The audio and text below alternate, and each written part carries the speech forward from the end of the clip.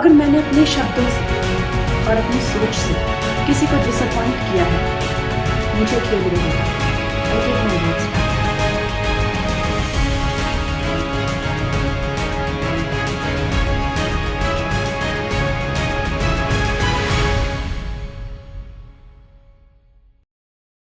नमस्कार, मैं हूं आपके साथ अमनदीप। दिन भर की हर राजनीतिक उठापटक और सियासी खबरों को समेटकर हम आपके सामने फिर हाजिर हैं एक खास कार्यक्रम द पॉलिटिकल शो के साथ, जिसमें हम आपको दिन भर में घटी राजनीतिक खबरों से रूबरू कराएंगे।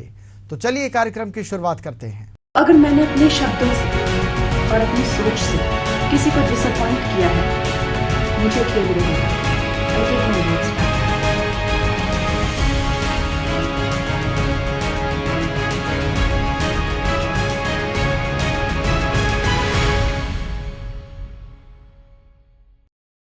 द पॉलिटिकल शो में सबसे पहले बात बॉलीवुड की क्वीन कंगना रनौत की, जो अब अभिनेत्री के साथ साथ बीजेपी की सांसद हैं। हिमाचल की बीजेपी सांसद कंगना रनौत एक बार फिर से चर्चा में हैं। उन्होंने कृषि कानूनों को वापस लाने को लेकर ऐसा बयान दिया कि पार्टी ने उनके बयान से किनारा कर लिया, जिसके बाद कंगना रनौत ने अपने बयान पर खेद जताया है। क्या है पूरी खबर, खास रिपोर्ट में समझिए। अगर मैंने अपने शब्दों से और अपनी सोच से किसी को डिसअपॉइंट किया है, मुझे खेद रहेगा। I take my words back. Haryana और जम्मू कश्मीर विधानसभा चुनाव के बीच कृषि कानूनों पर बीजेपी सांसद कंगना रनौत का बयान भारतीय जनता पार्टी की परेशानी बढ़ाता हुआ नजर आ रहा है। बीजेपी की लोकसभा सांसद और हिंदी सिनेमा कलाकार कंगना रनौत ने अपने बयान पर यू टर्न लेते हुए एक वीडियो जारी किया। उन्होंने अपने बयान पर खेद जताया है। मंडी से सांसद कंगना रनौत ने कहा कि पिछले कुछ दिनों में मीडिया ने मुझे कृषि कानूनों पर सवाल किए। मैंने इस दौरान कृषि कानून वापस लाने का सुझाव दिया। मेरी इस बात से बहुत सारे लोग निराश हैं। जब कृषि कानून आया तो बहुत सारे लोगों ने इसका समर्थन किया, लेकिन बड़े ही संवेदनशीलता और सहानुभूति से हमारे प्रधानमंत्री ने ये लॉ वापस ले लिया। उन्होंने आगे कहा कि हम सभी कार्यकर्ताओं का कर्तव्य बनता है कि उनके शब्दों की गरिमा रखें। मुझे ये बात ध्यान रखनी होगी कि मैं सिर्फ एक कलाकार नहीं, बीजेपी की कार्यकर्ता भी हूं। मेरी राय अपनी राय होनी चाहिए, पार्टी का स्टैंड होना चाहिए। अगर मैंने अपने शब्दों और सोच से किसी को निराश किया है तो हमें खेद रहेगा। हम अपने शब्द वापस लेते हैं। नमस्ते दोस्तों, पिछले बीते कुछ दिनों में मीडिया ने मुझसे फार्मर्स लॉ पे कुछ सवाल किए और मैंने ये सुझाव दिया कि किसानों को फार्मर्स लॉ वापस लाने का प्रधानमंत्री जी से निवेदन करना चाहिए। मेरी इस बात से बहुत सारे लोग निराश हैं और डिसअपॉइंटेड हैं। जब फार्मर्स लॉ प्रपोज हुए थे तो हम बहुत सारे लोगों ने जो है उनका समर्थन किया था, लेकिन बड़ी ही संवेदनशीलता से और सहानुभूति से हमारे माननीय प्रधानमंत्री जी ने वो लॉज जो थे वापस ले लिए थे। और ये हम सब कार्यकर्ताओं का कर्तव्य बनता है कि हम उनके शब्दों की गरिमा रखें। मुझे ये बात भी ध्यान रखनी होगी कि मैं अब एक कलाकार नहीं, भारतीय जनता पार्टी की कार्यकर्ता हूं और मेरे ओपिनियंस अपने नहीं होने चाहिए, वो पार्टी का स्टैंड होना चाहिए। तो अगर मैंने अपने शब्दों से और अपनी सोच से किसी को डिसअपॉइंट किया है, मुझे खेद रहेगा। I take my words back. BJP सांसद कंगना रनौत के इस बयान से बीजेपी ने किनारा कर लिया है। बीजेपी की ओर से कंगना रनौत के बयान को व्यक्तिगत बताकर इसका खंडन किया गया। बीजेपी प्रवक्ता गौरव भाटिया ने एक वीडियो जारी कर कंगना रनौत के बयान को उनका व्यक्तिगत बयान बताया है। गौरव भाटिया ने कहा कि कंगना रनौत के बयान से पार्टी का कोई लेना देना नहीं है। वो किस कृषि कानून पर कुछ भी कहने के लिए अधिकृत नहीं है। A statement made by Ms. Kangna Ranaut, Member of Parliament of the Bharatiya Janata Party, is circulating on social media. The statement pertains to the 3 farm laws that were earlier revoked by the BJP government. Thus, I wish to make it very clear that the statement reflects the personal views of Kangna Ranaut ji and in no way reflects the views of the Bharatiya Janata Party in this statement pertaining to the 3 farm laws. I must also make it very clear that Kangna Ranaut is not authorized by the Bharatiya Janata Party to speak on the subject of 3 farm laws. Bhajpa के राष्ट्रीय प्रवक्ता जयवीर शेरगिल ने भी कंगना की आलोचना की। उन्होंने कहा कि सिख समुदाय पंजाब के किसानों के खिलाफ कंगना के लगातार बेकार निराधार बयान पीएम मोदी द्वारा किए गए सभी विकास उन्मुख कार्यों को नुकसान पहुंचा रहे हैं। मैं कंगना रनौत की टिप्पणियों से खुद को दूर करने के लिए भाजपा का आभारी हूं। Kangana Ranaut's consistent rant, useless, baseless and illogical statements against the Sikh community, the farmer of Punjab, is doing a damage and is damaging all the good work, the welfare oriented, the vikas oriented work being done, has been done by Prime Minister Narendra Modi for the welfare of Punjab, Punjabi and Punjabiyat. वहीं कंगना के बयान पर कांग्रेस ने भी कड़ी आपत्ति जताई है। कांग्रेस अध्यक्ष मल्लिकार्जुन खड़गे ने कंगना के बयान पर ट्वीट कर बीजेपी पर निशाना साधा। कांग्रेस ने कंगना रनौत के बयान को किसानों की शहादत का अपमान बताया है, लेकिन ऐसे बयान पर अभी तक बीजेपी ने कोई कार्रवाई नहीं की है। हर बार कंगना के बयान से खुद को अलग करने का काम नहीं चलेगा, बल्कि ऐसे बयानों पर निष्कासन भी होना चाहिए। अगर मैं इस प्लेटफॉर्म से या कहीं से भी मैं कांग्रेस का एमपी हूं और अगर मेरी पार्टी की सोच या विचारधारा से अलग मैं बयान करूंगा तो मेरी पार्टी को, अगर वो सीरियस बयान हो तो मेरी पार्टी को क्या करेगी? सबसे पहले मुझे निष्कासित करेगी पार्टी से। किया आपने कंगना रनौत को निष्कासित? तो ये मेरा सवाल है कि आप ये किनारा कर देते हो बयान से, आप ही कहलवाते हो पहले, फिर किनारा कर दिया तो क्या इससे आप उसे क्लीन चिट दे दोगे? अगर आप इसकी बात से सहमत नहीं हो, और ये पहली बार नहीं है, ये पहले भी बोली थी कि 100-100 रुपया लेके वहां महिलाएं बैठती है किसान के आंदोलन में करके, इस देश की महिलाओं का, किसानों की मां बेटियों का अपमान करने वाली भी यही थी। क्यों आप उसे नहीं निकाल रहे हो? निकालो। आइए अब आपको बताते हैं कि आखिर कंगना के किस बयान पर विवाद हुआ है। कंगना रनौत ने कहा था कि वापस लिए गए 3 कृषि कानून वापस आने चाहिए। उन्होंने कहा कि ये कानून किसानों के हित में थे। कंगना ने आगे कहा कि ये बयान कंट्रोवर्शियल हो सकता है, लेकिन वे खुद किसानों से मांग करती हैं कि वो खुद ही इन कृषि कानून को वापस लेने की बात करें। कंगना रनौत ने कहा कि कुछ राज्यों में इन कृषि कानूनों का विरोध हुआ था। उन्होंने कहा कि वो एक किसान परिवार से संबंध रखती हैं। ये कानून किसानों के हित में था। जिस तरह से अन्य देशों में किसान समृद्ध हैं, उसी तरह भारत में भी किसान समर्थ बन सकते हैं। किसानों के जो लॉज हैं वो मुझे लगता है जो रिपील हो गए हैं वो फिर से लगने चाहिए। हो सकता है कंट्रोवर्शियल हो जाए, लेकिन मुझे लगता है किसानों के हितकारी लॉज वापस आने चाहिए और किसानों को खुद इसकी डिमांड करनी चाहिए, और ताकि हमारे किसान भी जैसे बाकी जगहों पर समृद्धि हो रही है, हमारे किसान की समृद्धि में कोई ब्रेक ना लगे। और जैसे 1 नेशन 1 इलेक्शन सारे ब्यूरोक्रेसी हो गए, सारे जो हमारे लीडर हो गए, हर 2-3 महीने में इलेक्शन करते रहते हैं, तो देश के विकास में किसान जो है वो मेन हमारा एक पिलर ऑफ स्ट्रेंथ है। तो मैं चाहती हूँ कि वो खुद ऐसी अपील करे कि भाई हमारे जो 3 लॉज जो हमसे जो सिर्फ और सिर्फ कुछ एक राज्यों में जो है उन्होंने उसको लेकर जो है आपत्ति जताई थी, मुझे लगता है कि उनको मैं हाथ जोड़ के उनको विनती करती हूँ कि सब किसानों के हित को ध्यान में रखकर जो है वो लॉज जो है वापस मांगे। कंगना रनौत का ये बयान कोई पहली बार नहीं है। इससे पहले भी कंगना रनौत के बयानों पर काफी बवाल हो चुका है। खास बात यह है कि कंगना के हर बयान से बीजेपी ने किनारा कर लिया है। बीजेपी ये बात समझ गई है कि कंगना रनौत उनके लिए कांग्रेस के मणिशंकर अय्यर और सैम पित्रोदा से कम नहीं, और शायद इसीलिए बीजेपी कंगना के किसी भी विवादित बयान से इत्तेफाक नहीं रखती।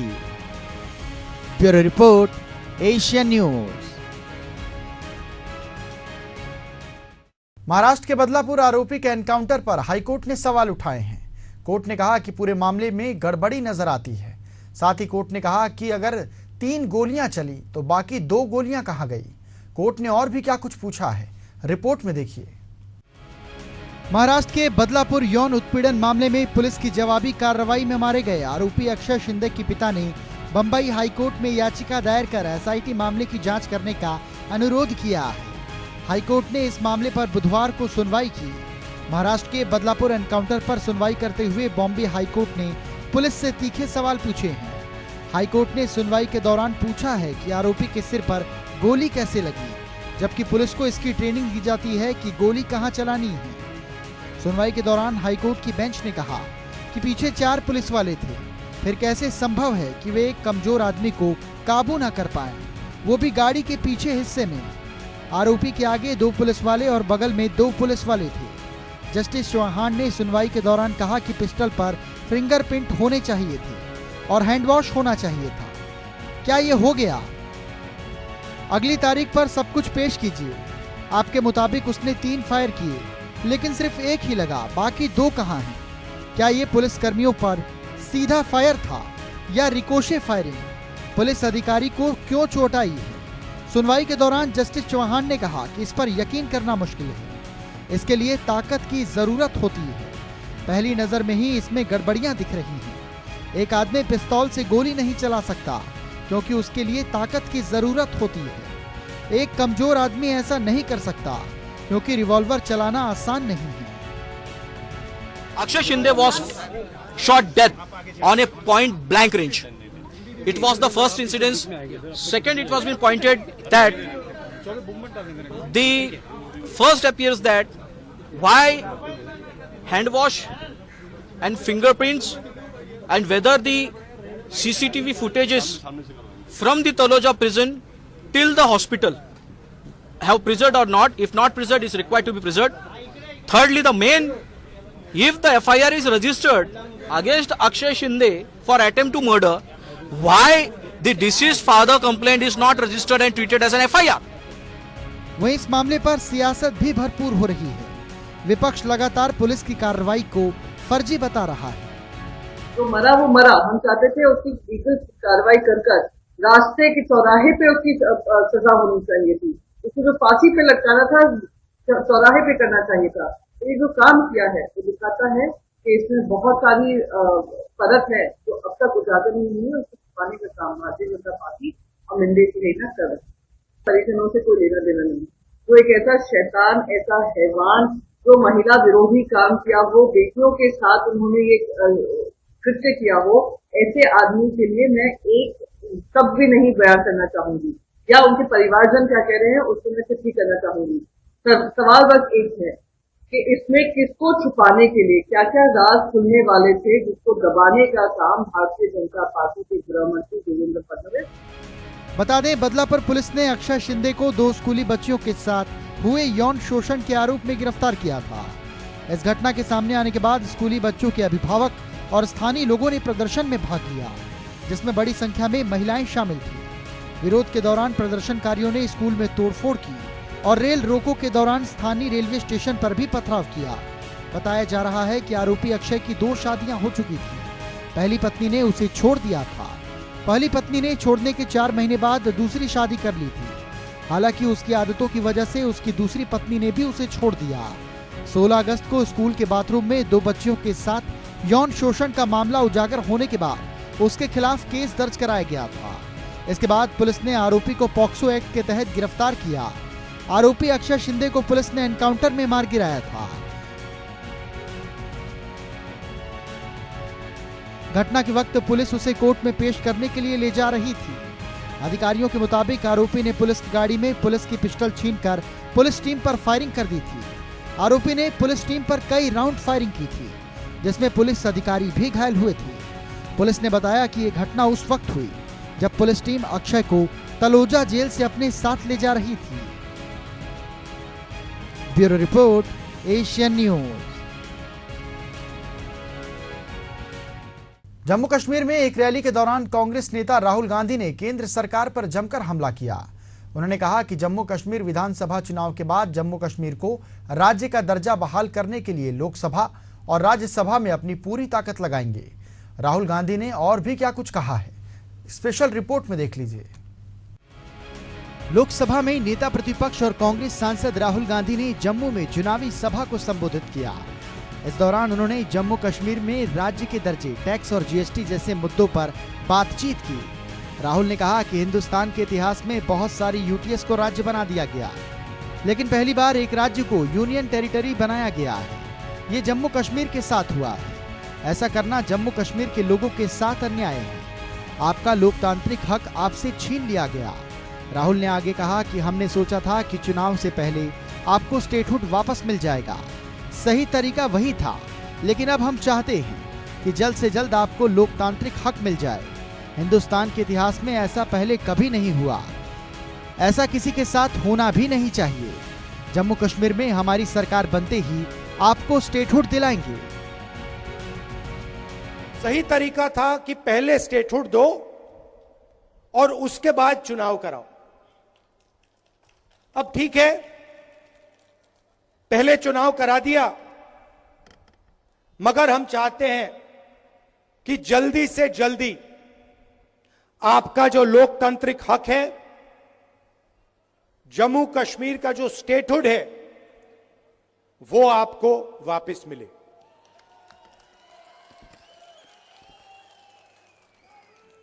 ये हिंदुस्तान की हिस्ट्री में पहले कभी नहीं हुआ है कि किसी स्टेट से हमने उनका अधिकार छीन लिया और स्टेट को यूनियन टेरिटरी में बदल दिया। पहली बार हुआ है, और मैं सही बोलूं तो ये कभी नहीं होना चाहिए, किसी और स्टेट के साथ ये कभी नहीं होना चाहिए। और मैं आपको यहां गारंटी देता हूं कि अगर बीजेपी ने आपको स्टेटहुड नहीं दिया तो हम विपक्ष में हैं, हम इंडिया गठबंधन का पूरा दम आपको स्टेटहुड दिलवाने में लगा देंगे। राहुल गांधी ने कहा कि जम्मू यहां का सेंट्रल हब है जो कश्मीर के बिजनेस और प्रोडक्शन को पूरे देश से जोड़ता है, लेकिन बीजेपी सरकार ने इस सेंट्रल हब के रोल को खत्म कर यहां की एमएसएमई और एंटरप्रेन्योर की रीढ़ को तोड़ दिया है। जब तक जम्मू कश्मीर के एमएसएमई अपने पैरों पर खड़े नहीं होंगे, तब तक यहां रोजगार पैदा नहीं होगा। राहुल गांधी ने आगे कहा कि आज देश की सरकार अडानी और अंबानी जैसे अरबपतियों के लिए चलती है। जीएसटी एक हथियार है जिससे जम्मू कश्मीर के छोटे और मध्यम उद्योगों पर हमला किया गया। सच्चाई यही है कि नोटबंदी और गलत जीएसटी ने हिंदुस्तान के लाखों बिजनेस खत्म कर दिए। इसके साथ ही राहुल गांधी, पीएम मोदी और बीजेपी पर निशाना उन्होंने साधा। आपने पता नहीं अन्नपूर्णा रेस्टोरेंट वाली कहानी सुनी या नहीं? वो फाइनेंस मिनिस्टर के सामने खड़ा होता है, कहता है मैडम बड़ी मुसीबत है, मैं अगर बन बेचूं एक जीएसटी लगती है, अगर उसमें क्रीम डाल दूं दूसरी जीएसटी लगती है, अगर बन और क्रीम अलग बेच दूं तो तीसरी जीएसटी लगती है, मैं क्या करूं? और यही हालत सबके साथ। ऐसी कॉम्प्लिकेटेड जीएसटी बना दी है, क्यों? एक्सटॉर्शन करने के लिए। गलती करो, ईडी वाले, सीबीआई वाले, इनकम टैक्स वाले आ जाएंगे, जीएसटी वाले आ जाएंगे, पैसा लेंगे चले जाएंगे। यही सिस्टम चल रहा है। कश्मीर के बिजनेसेस को, कश्मीर के प्रोडक्शन को बाकी हिंदुस्तान से जोड़ता है। सेंट्रल हब है ये, और इस हब का जो काम था उसको इन लोगों ने खत्म कर दिया है। इसका जो रोल था उसको इन लोगों ने खत्म कर दिया है। जम्मू के जो छोटे बिजनेसेस थे, मीडियम साइज बिजनेसेस थे, एंटरप्रेन्योर्स थे, इनकी रीढ़ की हड्डी बीजेपी की सरकार ने और यहां के लेफ्टिनेंट गवर्नर ने तोड़ दी है। नतीजा यह है कि जम्मू कश्मीर के लोगों को, युवाओं को रोजगार नहीं मिल सकता है। आप कुछ भी कर लो, जब तक जम्मू कश्मीर के स्मॉल और मीडियम बिजनेसेस अपने पैरों पर नहीं खड़े होंगे, जहां भी ये जाते हैं भाई को भाई से लड़ा देते हैं, एक धर्म को दूसरे धर्म से लड़ाएंगे, एक भाषा को दूसरी भाषा से लड़ा देंगे, एक जात को दूसरी जात से लड़ा देंगे। नफरत और हिंसा की इनकी विचारधारा है, और इन्होंने ये पूरे देश में फैला दिया है।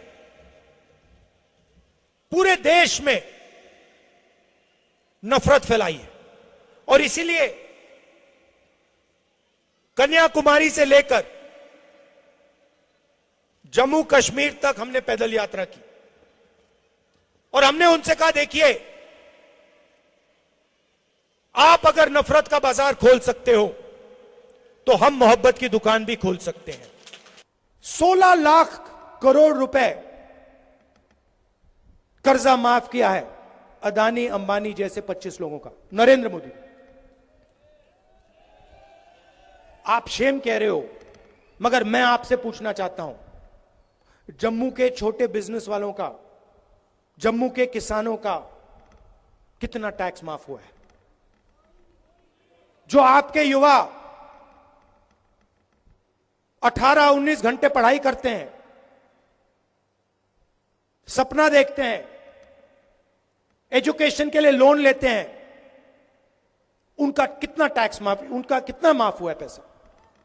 उनके कितने बैंक लोन माफ हुए हैं? कोई बीमार होता है, अस्पतालों में लाखों रुपए लग जाते हैं, उनका कितना कर्ज माफ हुआ है? 0। आप अगर बैंक लोन लेते हो और पैसा वापस नहीं देते हो, आपको जेल में डाल देते हैं, जेल में डाल देते हैं। और अंबानी अदानी जैसे लोग बैंक लोन लेते हैं, पैसा वापस नहीं देते हैं, कहते हैं चलो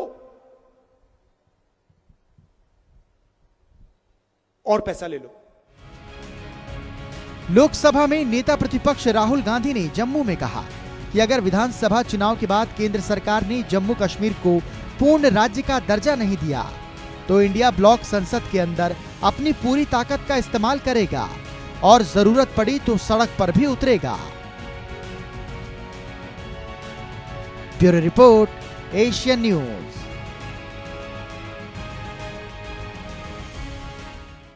और इसी के साथ हमारे खास कार्यक्रम द पॉलिटिकल शो में फिलहाल इतना ही। कल फिर होगी मुलाकात किसी नए विषय के साथ। मुझे दीजिए आज्ञा।